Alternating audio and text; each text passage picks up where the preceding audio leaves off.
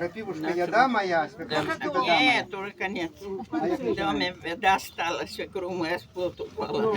А як починається? Свекровь моя с плота упала, ще крапиву поламала. А як починається, що ти розказуєш? Да вот начни. Мозги ровно варяться.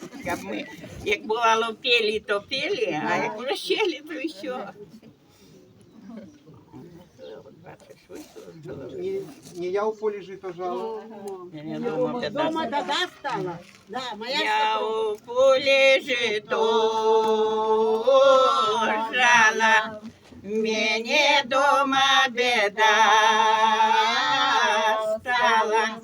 Свекровь моя с плота упала, всю крапиву поломала. Ой, не жаль мне свекрушки, только жаль мне крапивушки. Крапивушка, як лом лежить, свекровь моя, як конь бежит. Крапивушка зеленая,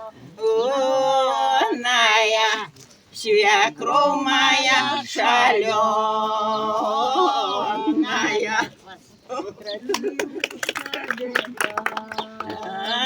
Аж моя свекровушка, а крапивушка. Крапивушка яда моя, свекровушка беда моя. Може присядем на лавку? Крапивушка яда моя, свекровушка беда моя. На траві сядем.